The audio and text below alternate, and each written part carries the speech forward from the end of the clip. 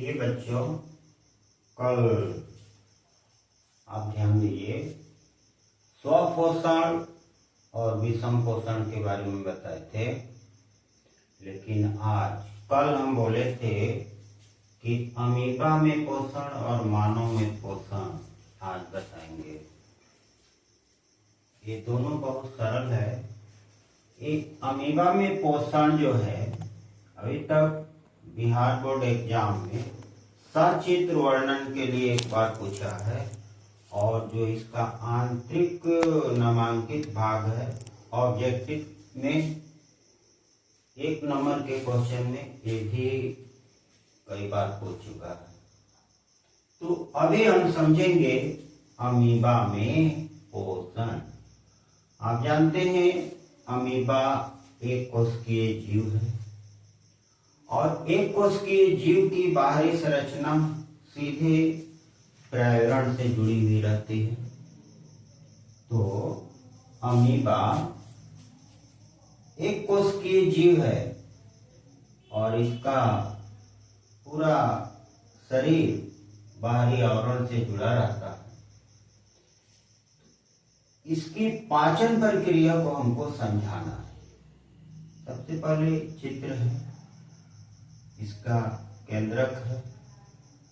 जब अमीबा के सामने कोई खाद्य कण भोजन के रूप में आता है, तो अमीबा की एक खूबी है कि वह अपने आकृति में पदार्थ या उत्पाद की आकृति बना लेता है।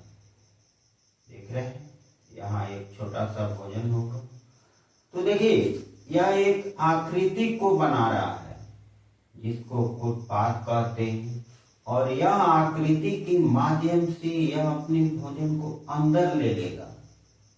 तो पहले चित्र के बाद इस चित्र में अब देखिए, इस भोजन वाले भाग को, यहाँ अगर भोजन है तो इसको खाद्य रिक्तिका कहते हैं।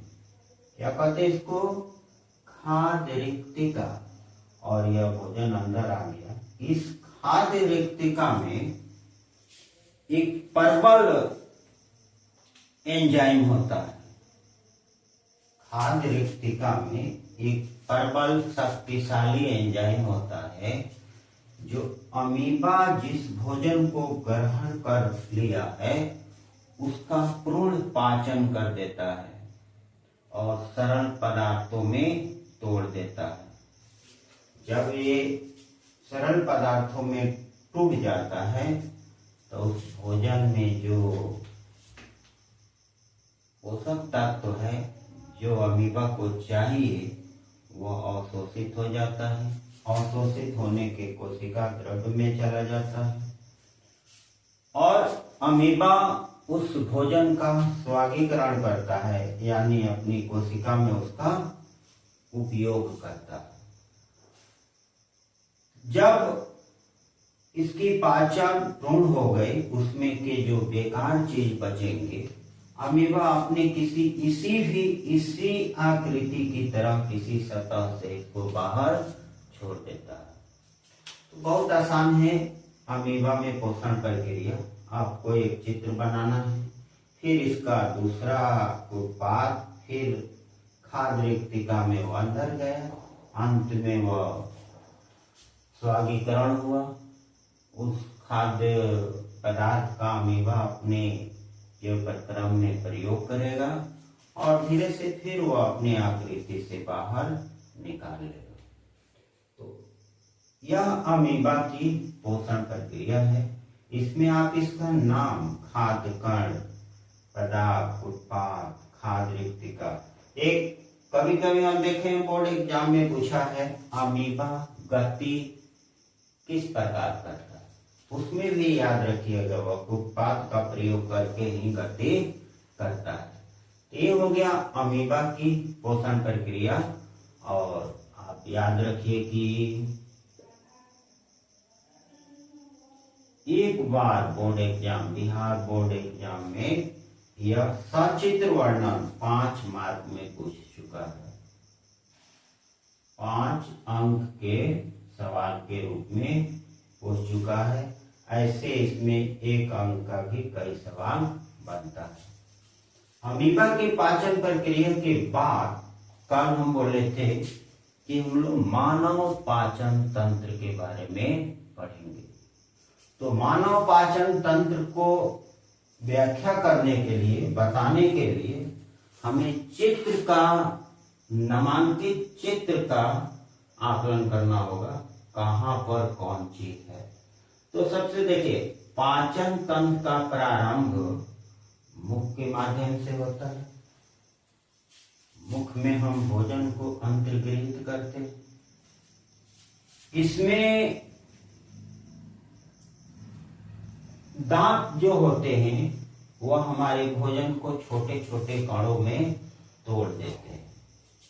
फिर आती है हमारी लार ग्रंथि। लार ग्रंथि से लाला रस निकलता है, जिसमें एमिलेस एंजाइम होता है। और जीभ द्वारा जब हमारे छोटे छोटे कण, जिसको दांत द्वारा हम महीन कणों में बदले हैं, उसमें लाला रस या एमिलेस एंजाइम जीभ के द्वारा मिला दिया जाता है। और मुख में ही सबसे पहला पाचन का स्टार्टिंग होता है। और जो भोजन हम मंड के रूप में लिए थे वह शकरा में बदल जाता है।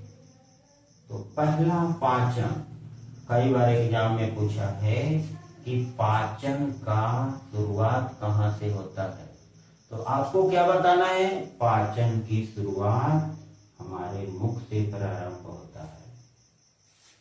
मुख की क्रिया खत्म होने के बाद दूसरा में आती है हमारी ग्रसिका।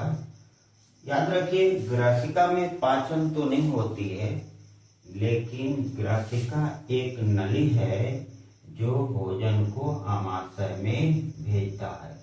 और इस ग्रसिका में कर्मानुकंचन की क्रिया होती है, यानी हमेशा कंपन होता है। और जिसके कारण और मुख में भोजन के पचने के बाद लार में म्यूकस भी होता है। और यह म्यूकस भोजन को मुलायम और छिछिलदार बना देता है, जिसे आसानी से आ जाता है आमाशय। याद कीजिए, आमाशय हमारी आहार नाल का सबसे बड़ा भाग है जो यू आकार का होता है। और आमाशय में भोजन का होता क्या है? तो सबसे पहले आमाशय में भोजन का मंथन होता है। मंथन को समझिए, जिस प्रकार हम दही को महने के बाद उसमें कई पदार्थों को अलग कर सकते हैं, वह महीन महीन कणों में टूट जाता है। उसी प्रकार ग्रसनी से जो भोजन आता है हमारे आमाशय में, उस भोजन का क्या होता है? मंथन होता है। मंथन होने के बाद हमारे आमाशय में जठर ग्रंथि पाई जाती है। और जठर ग्रंथि से 3 प्रकार का रासायनिक पदार्थ का स्राव होता है। पहला HCl। पहला पदार्थ आमाशय के जठर ग्रंथि से क्या निकलती है? HCl। दूसरा का क्या निकलती है? पेप्सिन। तीसरा का क्या निकलती है? सेलेस्मा। अब ध्यान दीजिए, जठर ग्रंथि जब HCl हाइड्रोक्लोरिक अम्ल छोड़ती है, तो उसका कार्य है कि वह हमारे भोजन के साथ आए हुए कुछ हानिकारक सूक्ष्म जीवों को नष्ट कर देता है। उसके बाद इस भोजन को अम्लीय बना देता है। अम्लीय भोजन होने के कारण पेप्सिन एंजाइम सक्रिय होता है। और वह पेप्सिन एंजाइम हमारे प्रोटीन का आंशिक पाचन करता है। क्या करता है? यह प्रोटीन का आंशिक पाचन करता है। इसके बाद बचता है सेलेस्मा। सेलेस्मा एक प्लास्टिक की पत्ती की तरह चिकना पदार्थ होता है, जो आमाशय के आंतरिक परत को HCl हाइड्रोक्लोरिक अम्ल से सुरक्षा प्रदान करता है। आमाशय की क्रिया के बाद शुरू होती है हमारी छोटी आंत। देखिए, याद रखिए, छोटी आंत हमारे पाचन तंत्र का इतना महत्वपूर्ण भाग है कि वहीं पर हमारे भोजन का संपूर्ण पाचन होता है। और वे आंत में कई प्रकार की ग्रंथि जुड़ी रहती है, जैसे यकृत ग्रंथि। यकृत के बाद पित्ताशय होता है, पित्ताशय नली होती है, और इससे अग्न्याशय ग्रंथि भी जुड़ी हुई रहती है। अब ध्यान दीजिए, पाचन तंत्र में सबसे जटिल और प्रौढ़ प्रक्रिया छोटी आंत में होती है। इसकी क्रिया को थोड़ा सावधानी से समझना। जब आमाशय से भोजन छोटी आंत में प्रवेश करती है तो इसको प्रवेश करने के क्रम में ही यकृत से पीत रस भोजन में मिल जाता है। ध्यान रखिए, यकृत से पीत रस छोटी आंत में भोजन में मिल जाता है। जब भोजन में पीत रस मिलता है, उसमें जो वसा है वह छोटे छोटे बूंद की तरह बदल जाता है, जिसे हम इमलीशीकरण की प्रक्रिया कहते हैं। और जब हमारे वसा का इमलीशीकरण हो जाता है, तब पाचन एंजाइम जो है वसा पर सक्रिय होगा।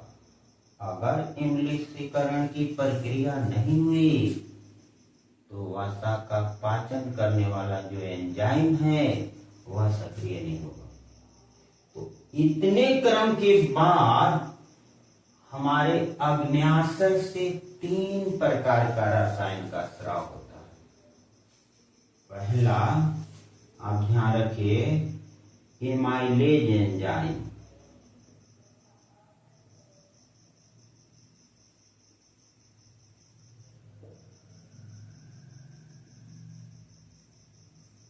दूसरा, ट्रिप्सिन एंजाइम।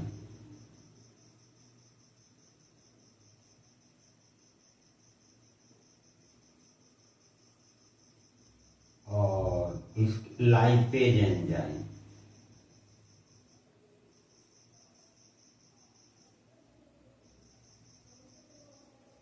हमें सावधानी से क्लियर करना है अपने कथन को।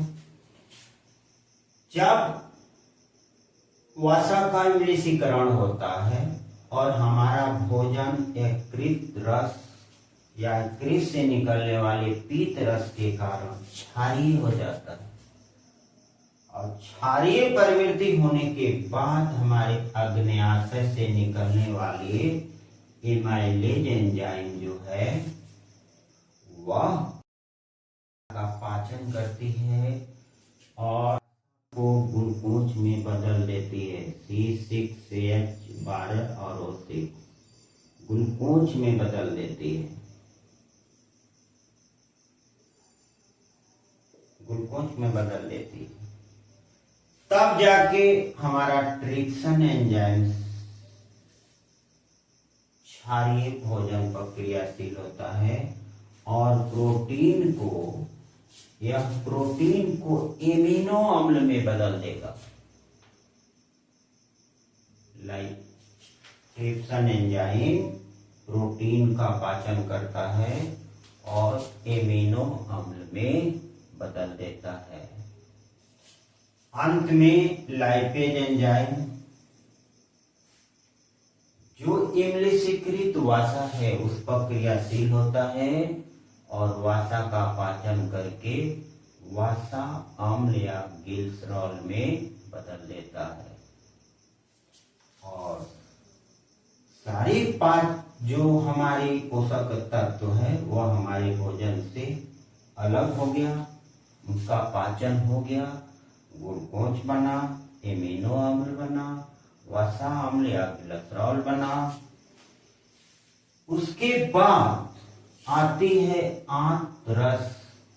आंत की दीवार में आंत रस का स्राव होता है और जब वो हमारे भोजन में मिलती है तो जो भी है वसा है, खनिज वसा है, प्रोटीन है या ग्लूकोज है, उसका अवशोषण दीर्घ रोम, जो हमारे छोटी आंत में दीर्घ रोम होती है, उस दीर्घ रोम से उसका अवशोषण रक्त में हो जाता है और रक्त के माध्यम से वे हमारी कोशिका में पहुंच जाती है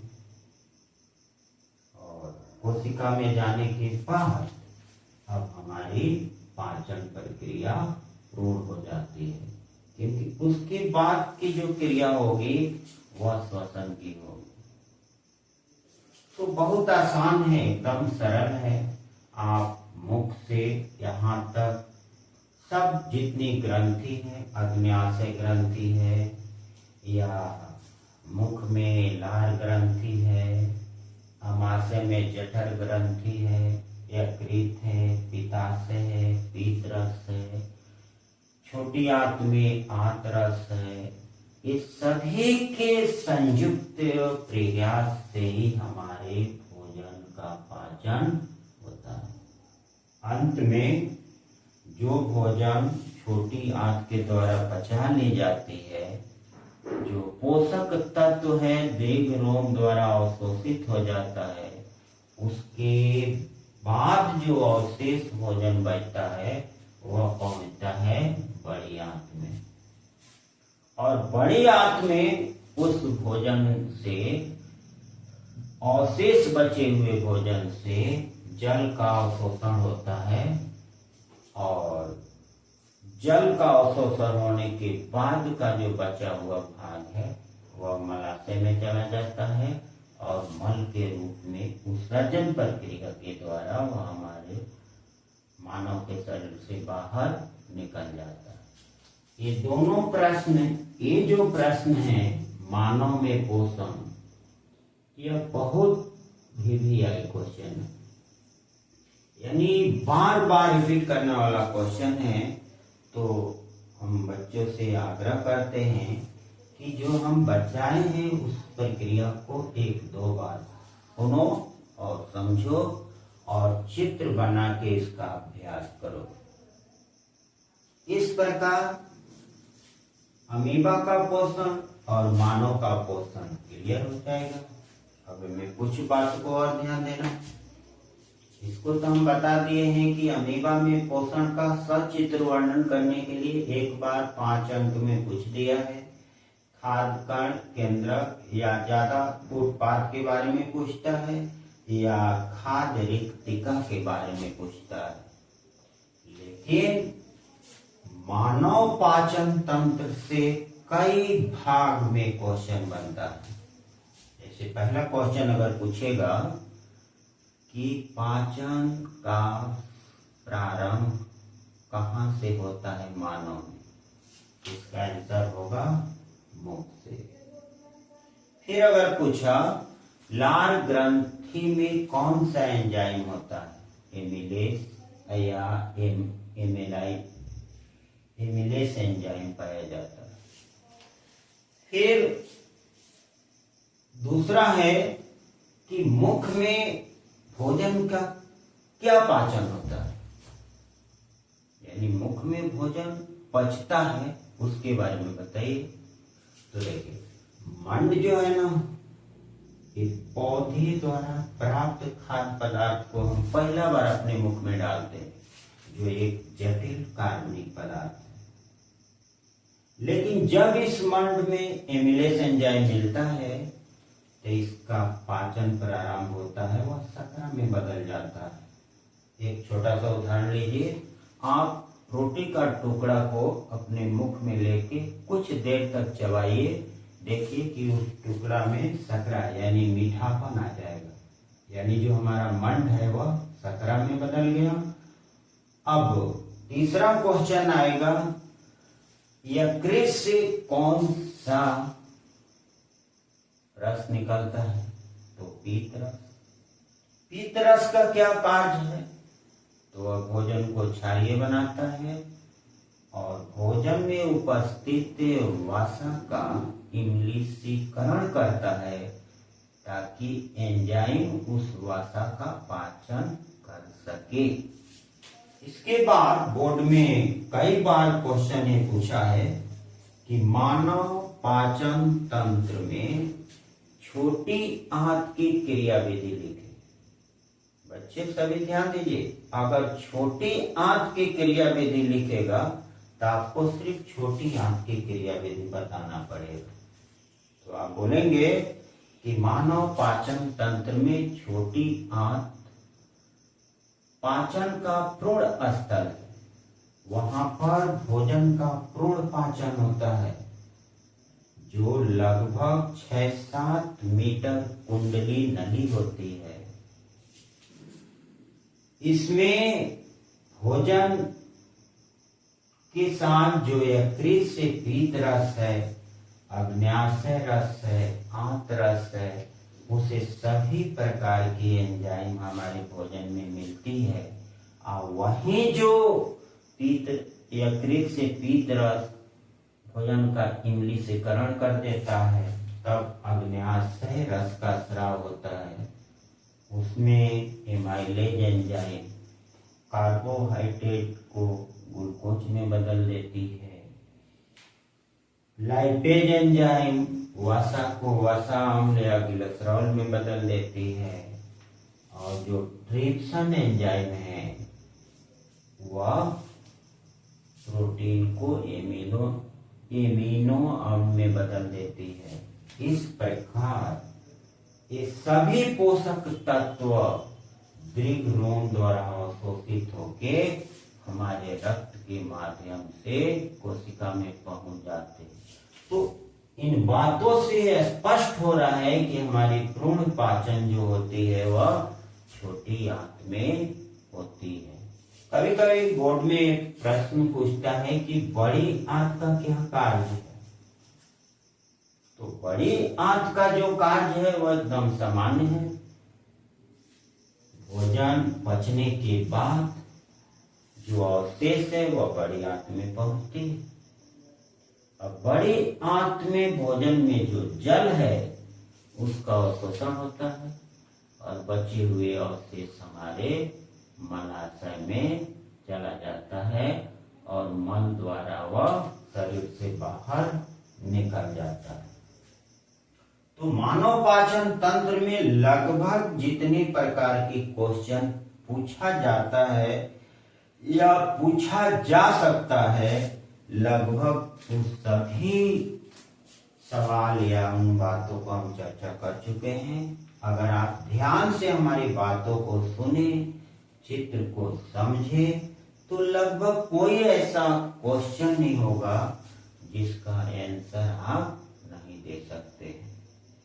तो फिर अब इसके बाद भी, इतना समझाने के बाद भी हम आपको टेलीग्राम पर इस पर आधारित 1 अंक और 2 अंक और 5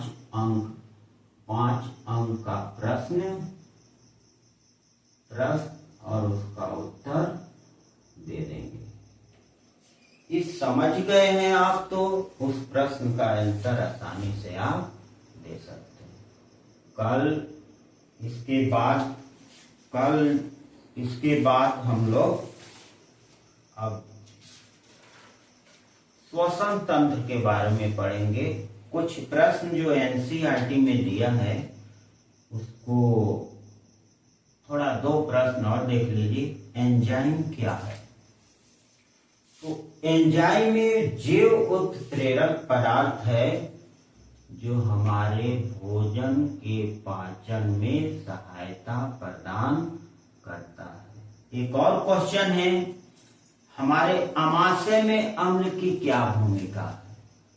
तो इसका आंसर पर ध्यान दीजिए। आमाशय में अम्ल हमारे भोजन को अम्लीय बनाता है, तभी पेप्सिन एंजाइम सक्रिय होकर प्रोटीन का आंशिक पाचन करता है।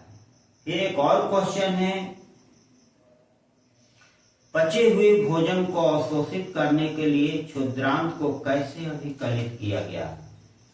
तो जो क्षुद्रांश है, पचे हुए भोजन को अवशोषित करने के लिए दीर्घ रोम पाया जाता है और वह दीर्घ रोम रक्त की जाल से डूबा हुआ रहता है।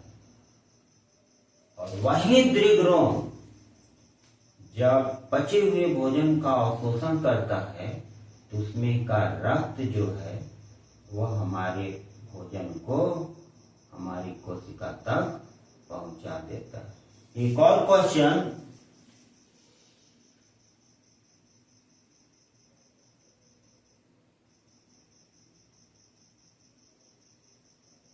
लगभग जितना प्रकार का क्वेश्चन हो सकता है वह सभी हो गया। आप थोड़ा सा याद रखिएगा, ये ज्यादा पूछने वाला है। और छोटी आंत की जो क्रिया विधि है उसमें जो 3 प्रकार का एंजाइम है पूरी तरह से याद रखिए। वही एंजाइम अंतिम हमारा भोजन का पाचन करता है। कार्बोहाइड्रेट के पाचन के लिए एमाइलेज एंजाइम, प्रोटीन के पाचन के लिए ट्रिप्सिन एंजाइम और वसा के पाचन के लिए लाइपेज एंजाइम। फिर अमाशय में कुछ आंशिक प्रोटीन का पाचन होता है, उसके लिए पेप्सिन एंजाइम। और हमारे मुख के लार में जो होता है वह एमिलेस या एमाइलेज एंजाइम होता है। इतने एंजाइम की सक्रियता के बाद मानव में भोजन का पाचन होता है। इसके बाद कल अगर हम लोग मिलते हैं तो कल मानव श्वसन के बारे में हम लोग पढ़ेंगे। मानव श्वसन तंत्र। कल के लिए तैयार रहिए पढ़ने के लिए। मानव श्वसन तंत्र बहुत जल्द हम इस पाठ को खत्म करेंगे। और इस पाठ पर आज तक बोर्ड में जो सवाल पूछा गया है सबका क्वेश्चन आंसर टेलीग्राम पर डाल देंगे। आप टेलीग्राम से उस प्रश्न का उत्तर आसानी से देख सकते हैं। लेकिन बोर्ड में सबसे महत्वपूर्ण बात है वह आंसर याद करना नहीं बल्कि समझना। इसीलिए इसको हम आपको समझा रहे हैं और समझाने के बाद क्वेश्चन आंसर बहुत आसान प्रक्रिया है, हम आपको टेलीग्राम पर भेज देंगे। थैंक यू सभी बच्चे। कल फिर मिलेंगे हम मानव श्वसन तंत्र के साथ।